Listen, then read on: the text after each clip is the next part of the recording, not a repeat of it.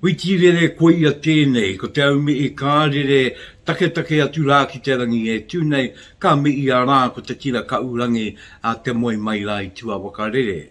O te anō mai o kona a kārere anō rā ko te au me I ki runga I a kōtau, kai ngā matakano I uri noa puta noa te motu mauri tū ki runga mauri ora ki a kōtau. Koe ia rā tēnei, ko te kupu o te uru. E tūake ana hei pau tautoko hei muringa mō ngā pūrongo I puta ake rā I tēnei wiki I te reo o te uru tonu.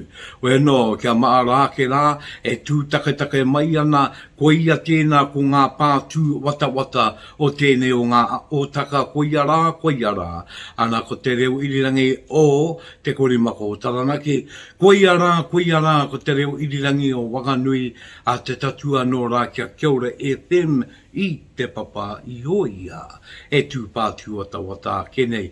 Weno rā e tewi, kia tauri tōti kāke rā tātou ki tā tātou nei pū a rongo tuatai. Kia wakapūrei ko uake rā taku aere ki te kōti I tonu, ki te karamata tū o te maunga tito ea.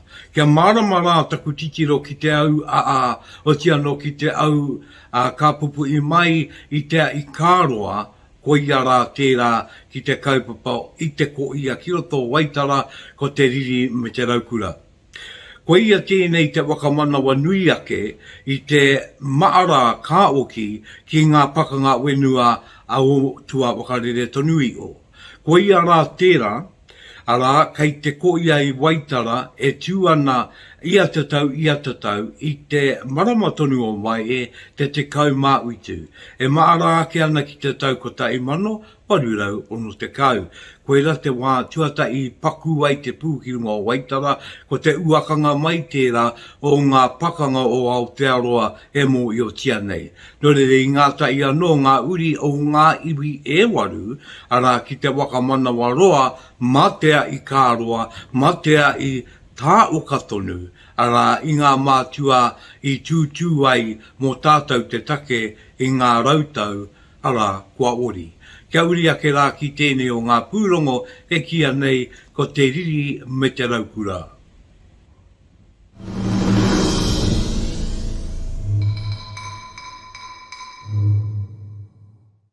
E kura mai aro a te kaupapa o tēnei uiuinga, e aro a ki ngā tūpuna I ngā I tū kia ora I te kākano tangata mō ake noa. I tai ake tātou ki te koi mai ngā tino kōrero mo tēnei puna roimata, mo tēnei puna maara I tū I te tākiritanga o te ata. Te pū o te riri.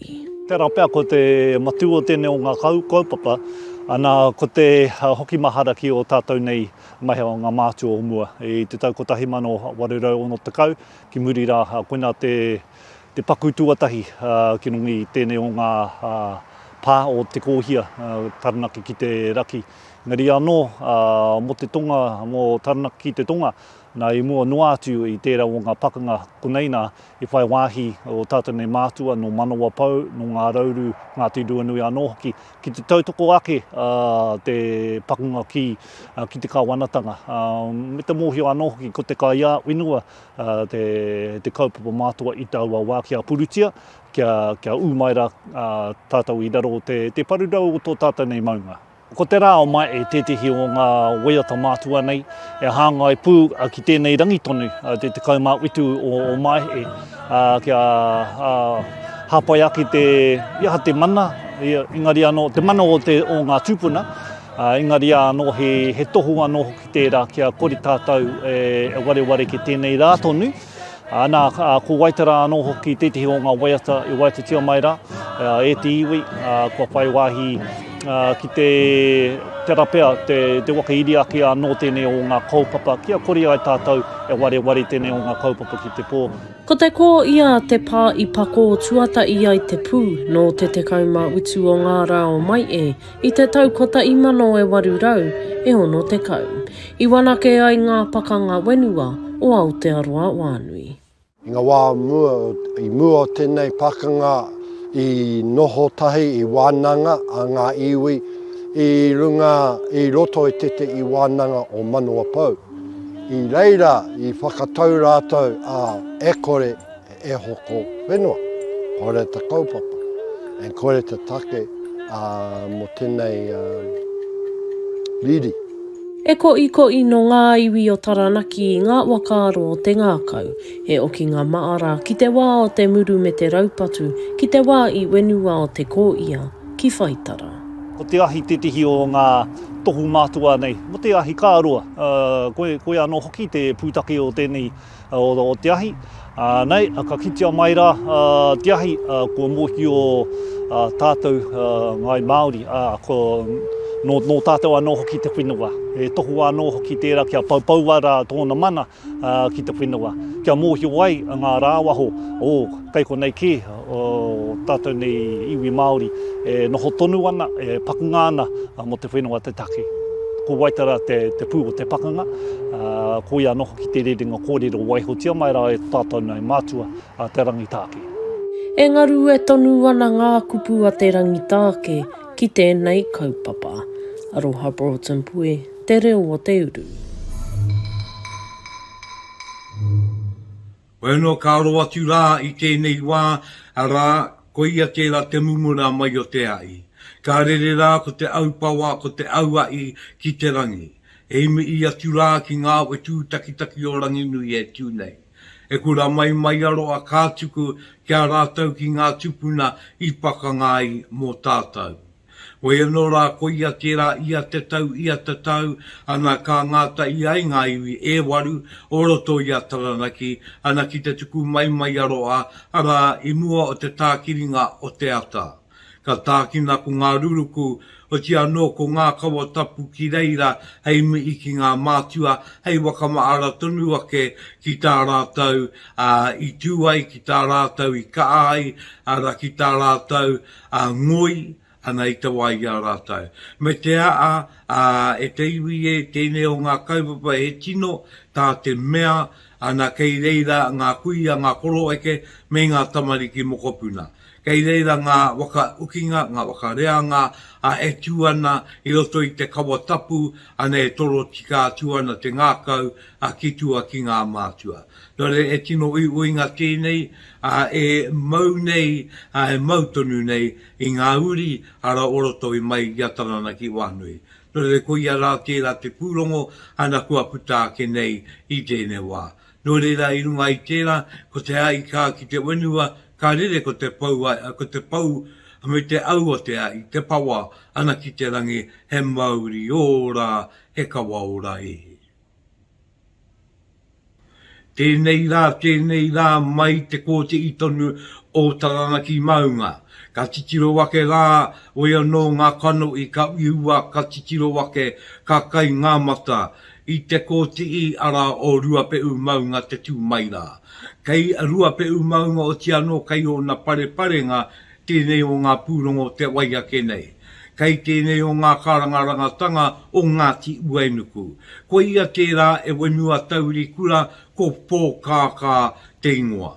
Ko ia oki rā te kōrero i te wā ki ngā rā ki tua i mui a katoa tēnei wā i Raui e ngā kākā. E kia nei e kapua pouri e tāiria nei te rangi te nui o te e nei manu i te wā karere ngātai. Wea no, e wā i aumaru tēnei mō te kāui karare e, ara mō te kāui manu, o te anō mō ngā rara e wā i rāui. Tēnei, ka aro atu tātou i tēnei wā ki te pūrongo mō Pōkākā.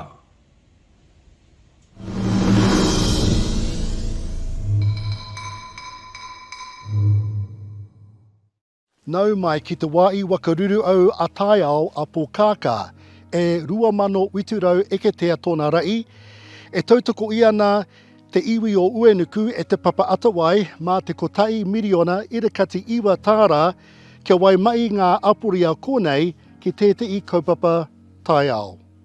E wā i ki te raki o Rautuaki, ko manganui a te ao te awa e rere ana ki Whanganui, e tiro i ana e matua te mana.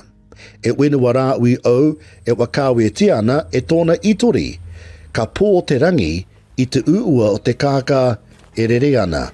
Once upon a time, the sky was so dark and it was clouded by the masses of Pōkākā that flourished in this area once upon a time. So So in keeping in our historical significance and connection back to the land, what better place than this aspiration to be built on, I guess. And so Pōkākā is what it is. It's unique again. It's almost like a island, an inland island on its own, surrounded by 3 rivers, the Mangani o te Au, the Waimarino, and the Makatote. Ei tā Gilbert, I pua wai mai te wakaro mo te whenua rāui a Pōkākā, mā te wiriwiri me te kāwanatanga, kia wakaoki mai ngā whenua kei raro I te mana o te papa atawai, ka wai ua I roto I tāna wakataunga tiriti. When we looked around the country and we got our lands that we had to filter and sort out which ones were economically sound, lands that were part of a wahi tapu, sacred places for us like marae sites, urupa, all those things that connected us to the lands. One of these blocks was the REO O te URU block. Significant because of the 3 tributaries that run through this block. Significant because it's a reserve block under the Conservation Act.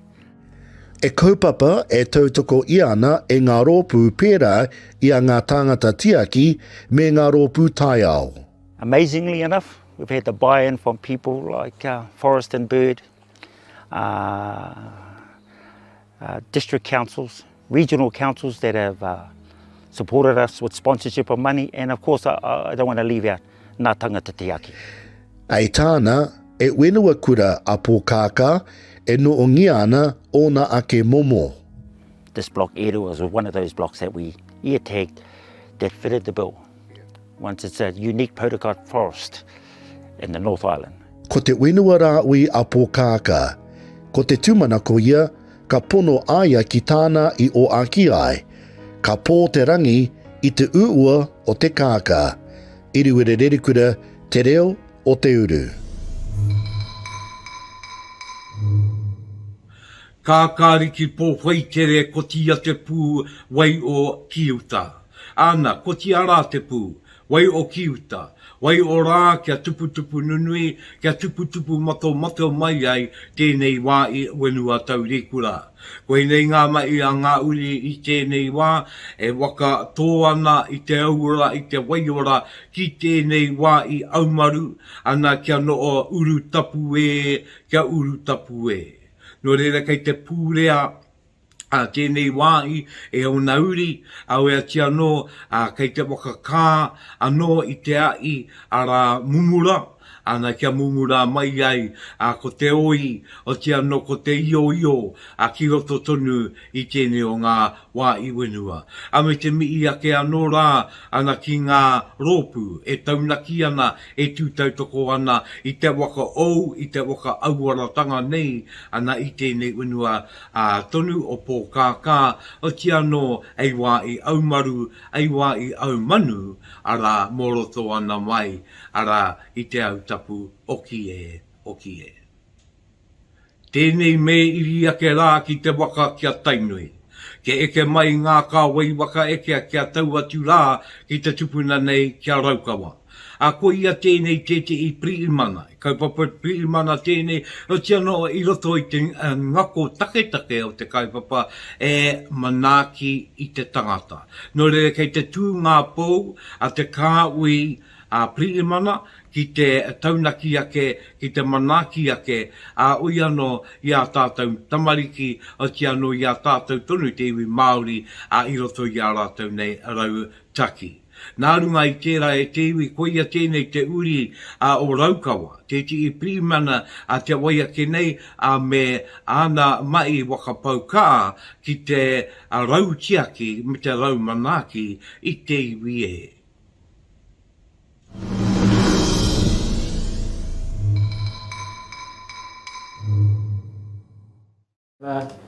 Kua toru te kau mātoru tau a Clifford Brown e mahi ana ki te ope prihimana. He pūnaha kua mōhi o whānuitia mō ngā whakahāweatanga kua utaina ki runga I te Māori. He oi, kua kite tēnei uri o ngā tiraukawa I ngā mahuringa motuhake ma te Māori I roto I te rāngai. A core part of my role is to breathe life into the police Māori strategy Te Huringa o Te Tai. This reiterates that the focus must be on co-designing with Māori. The strategy has 3 pō, and the strategy aims to seek better outcomes for our Māori communities. The first one being our people and our mindset.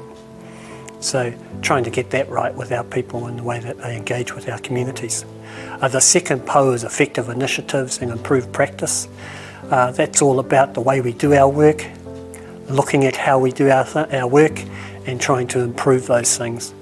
And the third pō, equally as important, is effective partnerships.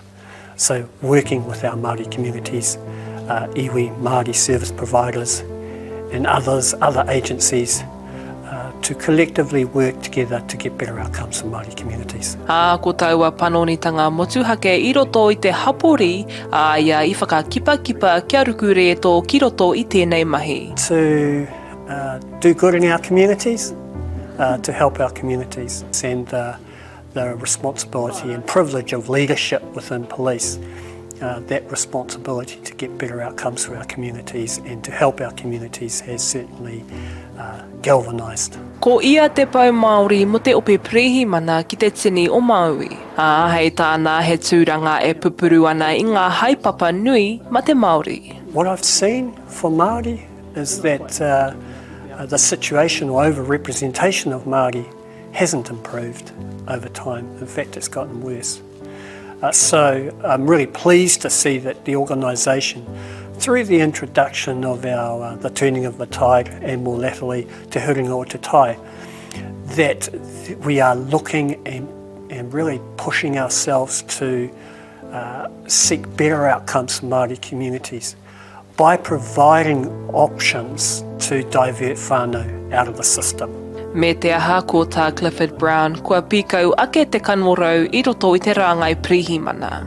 You know, to see our Māori staff succeed and progress through the organisation.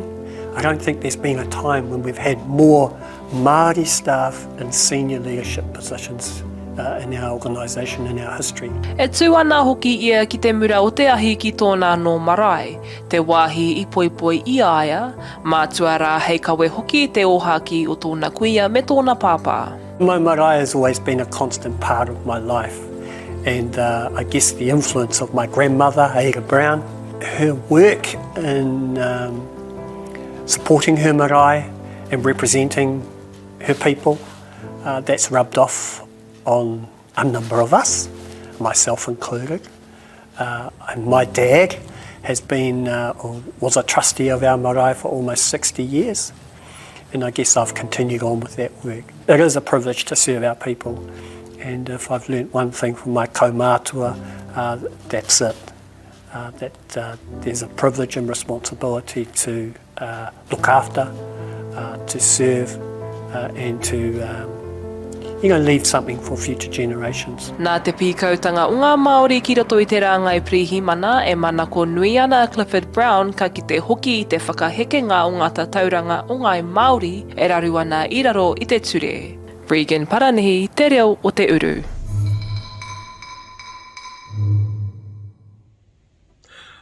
Tina rawa atu rā koe, kai takuranga tira o tia no koutou e te kāui, piri mana e wakaro whānui ana, e titiro wake ana ki ngā kawa ki ngā tikanga, hei oranga mo tātou mo te iwi Māori. Koeira te akamatua, koeira te uara I matua.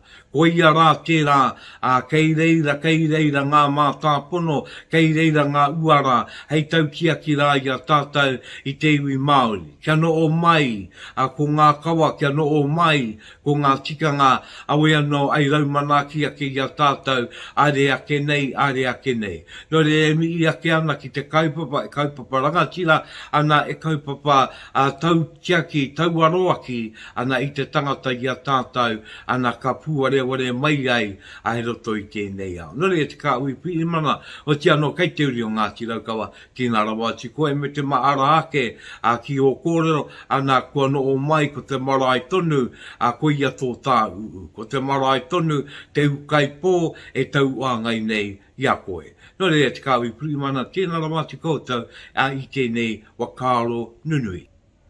Mai o te waka tainui, ana ka iri ake I tēnei wā, ki runga ki te waka kura aupo, ko wai te tangata o runga, ko wātonga.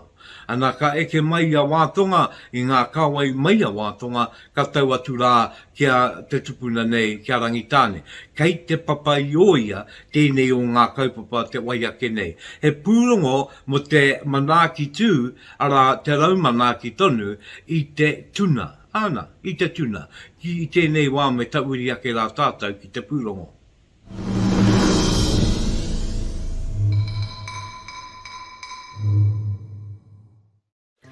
Ko eke ki te pai o angi tū te kaupapa tia ki tuna I te papa I oia.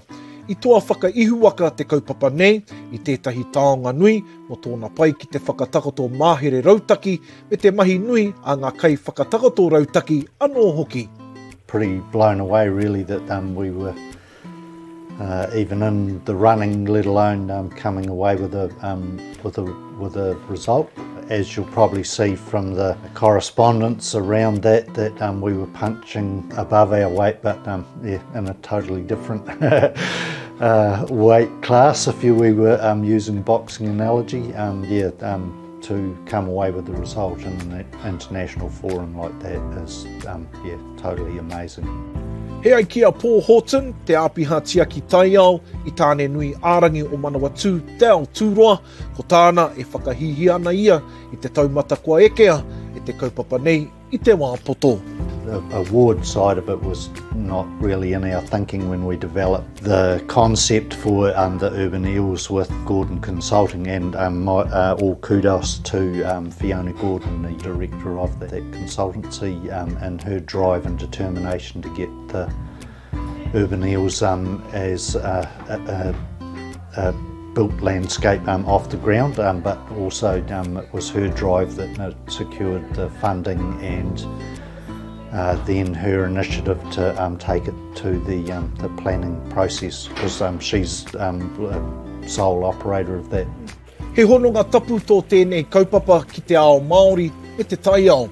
Ko ia ko te tino tauira, e whakakotahi mai ai ko ngā tikanga Māori me ngā kawa o te tai ao kia noho kotahi, I roto I te wā e hanga kaupapa pēnei ana ki roto I ngā tāone.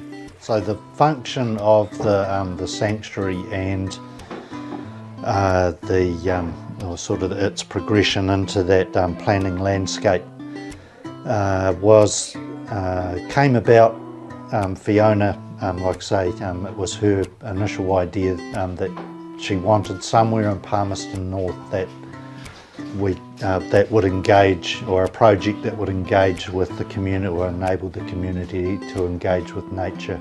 He maha ngā tōtara nui kei tēnei taumata, nā reira he wikitōriatanga nui whakaharahara mo tēnei purapura iti nei me tōna tū ki waenga I ngā tino rākau o te wao nui.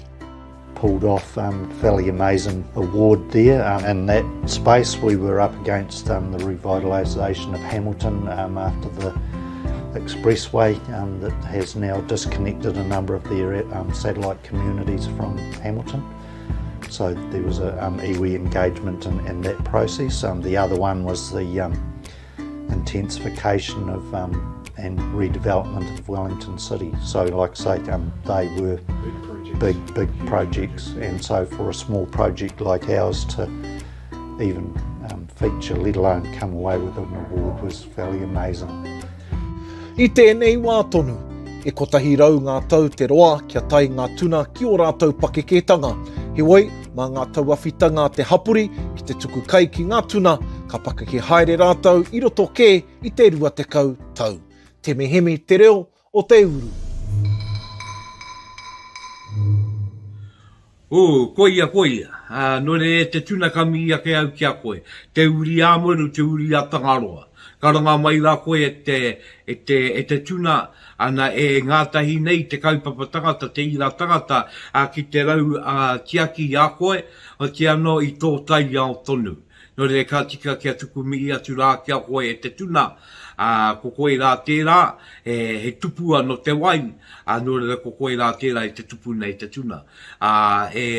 Wakarunui ake ana, tēnā muka kia koe. ana kia ora mai ai koe roto I tō taia.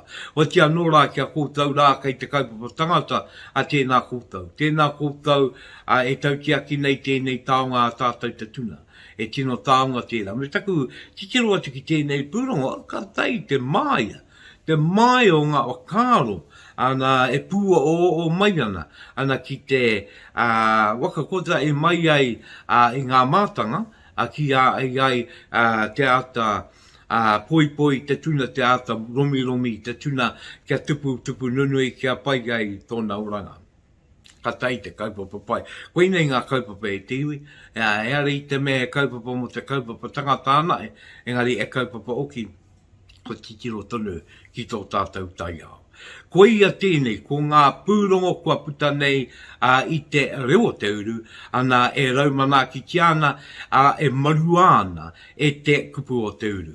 Ko au tēnei ko Rauru Broughton e atami I atu ana kia kōta, ki ngā kai kōrero katoa, nā kōtau I o mai ko a kōtau kōrero mō ngā kaupapa nei. Ki te kore mō kōtau, e hoa mā, kua ngū te ware kōrero, ara o te reo o te uru, kua ngū oki te ware kōrero o te kupu o te uru. O tia no ka tika kia wātoro atu ngā parirau, ara kia kōtau e te rāngai o te māngai pāo, e tuku parirau mai nei, ara kia rere pai ai, ara te manu nei. Nā runga I tērā, kia tautonu ngā manaakitanga, I roto I tēnei wā o te mate ko Iori, wāia ko ngā tikanga kiaki aumaru I te tangata. No reira I runga I tērā e te iwi muruti a tomana kia mau, kia ita, mautonu ki runga, ki raro, ki wā o ki roto. Rire hau, pai mani.